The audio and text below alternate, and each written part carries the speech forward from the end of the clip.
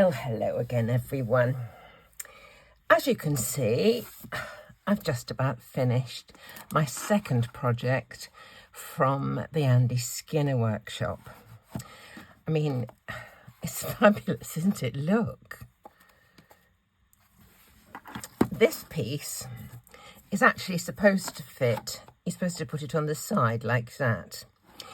But I had done some of this while we were away, and I used the stuff that was passed around to make it look rusty, and the colour was so alien from everything else on my book that I've just put a bit of grey acrylic paint over it as well. Now, whether I put that on or whether I leave it, I don't know. I'll let you give me your opinion of whether I should leave it as is or put that on the side. There is supposed to be a word, a bit like this one on the first project that I did, but this one said captured. But it's captured no longer. It has escaped. So I don't know where that is. I may come across it, and if I do, then it's supposed to go on a little, bit like that, and just under here somewhere. Funny thing, when you go to an indigo blue type workshop, Kay often puts names around so that all the equipment that you need for the project is in a pile in front of each place, and there's a name there for where you're going to sit. So I looked around and I saw Faith on this piece of thing. I thought, oh, that's a nice name. And then I saw another one saying Faith. I thought, oh, crikey, it's not unusual. Two people called Faith. Of course, everybody had got the Faith around there. I thought it was a bit funny, but a bit silly. But I wasn't the only one who thought it, so that's that. I'll just talk through what these things are. This piece here, you may recognise, it was a piece of card that was embossed with a Tim Holtz 3D embossing folder. And then, I forget some of the stages. I think it was painted all over with white gesso. And then some rusty stuff, and I can't remember. This is a stencil with some form of very light texture paste, and then gessoed and goodness knows what it. That is also a stencil with a similar product. For these ones, the ones with a bit of black around the edge, we put some sort of waxy stuff around the edge, which was a resist. And then it was gessoed. This one's got a crackle on it, and the 80 was a rub-on, and the star was a stencil. This is a stencil, that's a stencil, that's a stencil, that's a stencil. This was a 3D embossing folder. This one was a stencil with this same texture through it, and it's got a rust something on, and oh my goodness. Oh, and this is another embossing folder piece of card that's been treated with all sorts of things. And when you go to these classes, you do this, do this, do this. Obviously you have a certain amount of freedom for interpretation, but for the general principle of things, you do the same, which is why the photographs that you may have seen look very similar, but just, slight nuances of difference. This one, honestly, this, I was fascinated by this. To make this design on the front, we had the board, the MDF, whatever it is, and we painted this front section with latex. A couple of coats, and waited for it to dry. So when it was dry, it felt kind of tacky, obviously, because latex is rubbery. We were given like a wooden kebab spear. Is that what you call them? You know what I mean. And then you sort of made a little hole in the latex and kind of rubbed it, and this is what you get. It was fascinating. I have got a picture of me doing it. I will just put that picture into the video so you can see it.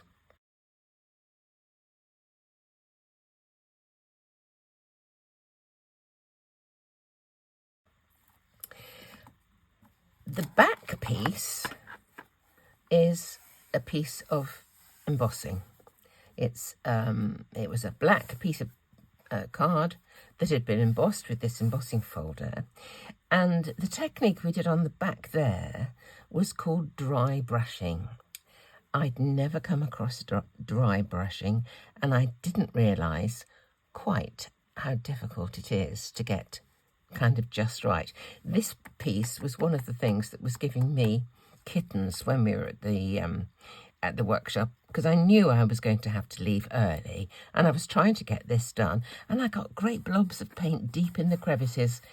It was dreadful. So when I came home, I painted the whole of this back piece again and the whole of the front with black gesso, and then I started again with various colours of acrylic paint and a broad brush, very dry, and tried my hand at dry brushing. That is one technique that I think I will try in my card making. I have wondered about getting some latex and trying this. I don't know. This heart was plaster. It was made from plaster. And on here, on the wings, was a kind of oil paint that you can mix with water or something. And I painted on there and then left it for a little while and then dragged some off the top. Lovely, lovely, lovely effect.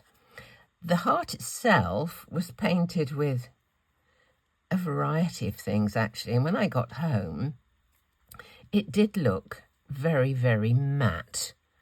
Didn't like it very much. So what I did, I got a bit of Rusty Bucket Luscious powder, mixed it with a little bit of water and painted it with that. And so there is a kind of sheen, a bit of a twinkle there. And then I added a bit of red watered down acrylic paint. And I finished it with some Tim Cole's Distress Glaze. And this piece of corrugated card that it's sitting on was just, you know, I threw a load of paint at it, really, just to sort of distress it down. So it is not only a book, it is a little box. So I covered the inside with some rice paper, and inside I thought I'd show you these. I bought these from Indigo Blue, and these are, I've been lusting after these for ages. These are paint brushes. They're sable. Just, isn't that beautiful? Absolutely beautiful. So there's a set of 3. Anything that you buy from Indigo Blue, whether it be rice paper or these woodology things, paint, luscious powders, anything, if you use the code ChrisYouTube, you will get a discount. So just look at that.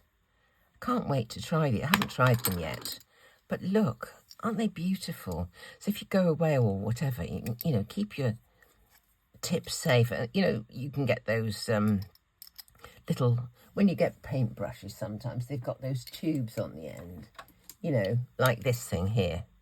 But they're so hard to get over sometimes when, you know, the bristles, even if the bristles are, you've pulled it to a point. But these, I just think, are lovely. I just absolutely love them. So this is going to go on my little shelf. Let me know what you think about that. I'm inclined to leave it off, actually, but you know, horses for courses, whatever. So there's my nice little pouch to put my paintbrushes in, my sable paintbrushes.